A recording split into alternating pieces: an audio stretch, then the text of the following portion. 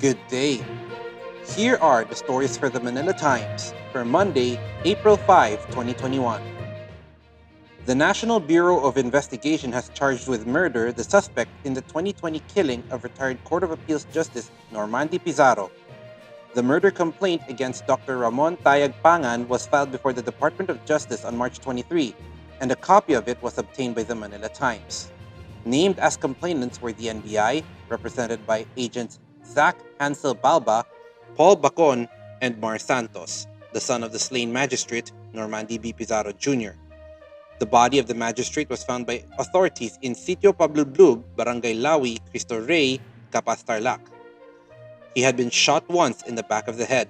His body was also mutilated. The Philippine Red Cross will help Metro Manila mayors set up isolation centers in schools to prevent hospitals in the National Capital Region from being overwhelmed by COVID-19 patients.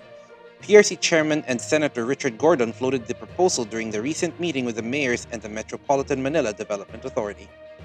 Hospitals in Metro Manila and 4 nearby provinces need to free up more beds for COVID-19 cases before the enhanced community quarantine can be lifted, a consultant to the National Task Force Against COVID-19 said on Sunday. Dr. Teodoro Herbosa made the statement in a radio interview a day after President Rodrigo Duterte extended the ECQ in Metro Manila, Cavite, Laguna, Bulacan, and Rizal for another week. Senator Christopher Lawrence Bongo called on the government to step up the distribution of aid to residents in lockdown communities. Go made the appeal on Sunday following the extension of the enhanced community quarantine in the National Capital Region and 4 outlying provinces until April 11.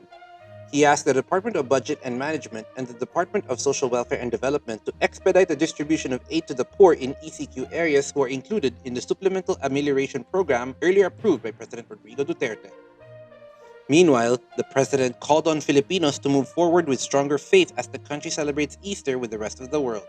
President Rodrigo Duterte said the resurrection of Jesus Christ gives the country a message of hope in the midst of suffering and an assurance of triumph over adversity.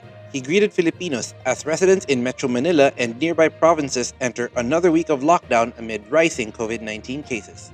The railway sector of the Department of Transportation will scale down its operations starting on Monday as its personnel continue to undergo testing for COVID-19. The management of the Philippine National Railways announced that it will suspend its operations until April 8. The Metro Rail Transit Line 3 or MRT3 will operate but on a limited scale with only 10 to 12 trains to be dispatched. The trains will have a limited capacity of 372 passengers per train, set to comply with the predetermined number of passengers per station. In business, Philippine headline inflation likely further accelerated in March, analysts polled by the Manila Times said. Projections for the month range from 4.6 to 5% with a 4.8 average, up from the 4.7% recorded in February. It was also significantly higher than the 2.5% seen in March last year. The Bangko Sentral ng Pilipinas earlier projected inflation to remain at 4.7%. The Philippine Statistics Authority will release official March inflation data on April 6. Topping sports, Donnie Ahas Nietes hardly showed any ring rust and made a masterful comeback with a unanimous decision win over Colombian foe Pablo Carrillo at the Caesars Palace Blue Waters in Dubai, United Arab Emirates on Sunday. The former 4th Division world champion gave Filipino boxing fans something to celebrate on the morning of Easter Sunday, after he captured the World Boxing Organization International Super Flyweight strap, ending his lengthy 27-month layoff. 3 judges scored the bout, all in favor of Nietes by 99-91, 98-92, and 96-95. Rigoberto Tiglao and Father Ranilio Aquino are today's front page columnists. Tiglao argues on the issue of the Felipe Reef, while Father Aquino shares the good news of the resurrection of Jesus Christ. Today's editorial calls on the Department of Health to disclose more info on the country's COVID testing system.